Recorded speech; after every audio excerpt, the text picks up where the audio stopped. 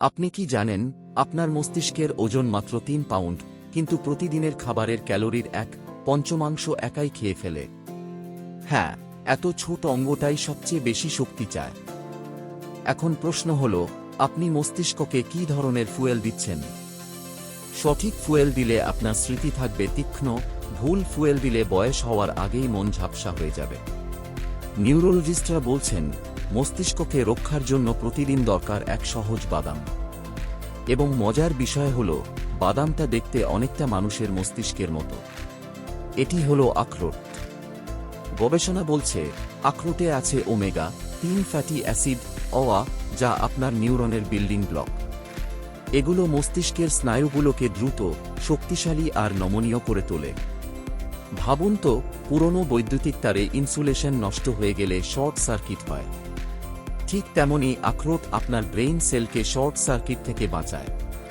আবার আখরোটে আছে পলিফেনল ও অ্যান্টিঅক্সিডেন্ট, যা কোষে জমে থাকা অদৃশ্য মরিচা মুছে দেয়।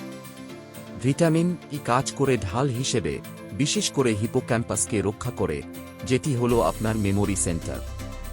বাস্তব প্রমাণ কি বলছে?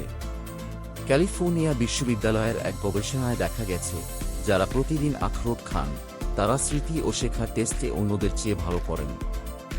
ভারতের স্কুল শিক্ষার্থীদের ওপর করা আরেক সমীক্ষায় দেখা যায়, নিয়মিত আখরোট খাওয়া বাচ্চাদের কনসেন্ট্রেশন ও পড়াশোনার ফলাফল উল্লেখযোগ্যভাবে বেড়ে যায়। এখন আসুন সহজ কিছু টিপস। প্রতিদিন মাত্র 7-10 টুকরো আখরোট খান। সকালের দুধ, চিরা বা ওটমিলে মিশিয়ে নিন। ফল বা সালাদের সঙ্গে মিশিয়ে খান। অথবা বিকেলের নাশতায় বিস্কুট বাদ দিয়ে আখরোট, খেজুর আর ফল রাখুন। তবে খেয়াল রাখবেন, চিনি মেশানো বা অতিরিক্ত নোনতা আখরোট খাবেন না। তুলনা করে বললে, আলমন্ড ভালো ভিটামিন এর জন্য, পেস্তা চোখের জন্য, চিয়া ও ফ্ল্যাক্স ফাইবারের জন্য। কিন্তু স্মৃতি ও ব্রেইন হেলথের জন্য সেরা হল আখরোট। কল্পনা করুন, আপনার মস্তিষ্ক যেন একটি হার্ড ড্রাইভ। প্রতিদিন সেখানে জমা হচ্ছে আপনার সব স্মৃতি, অভিজ্ঞতা, প্রিয় মানুষের নাম।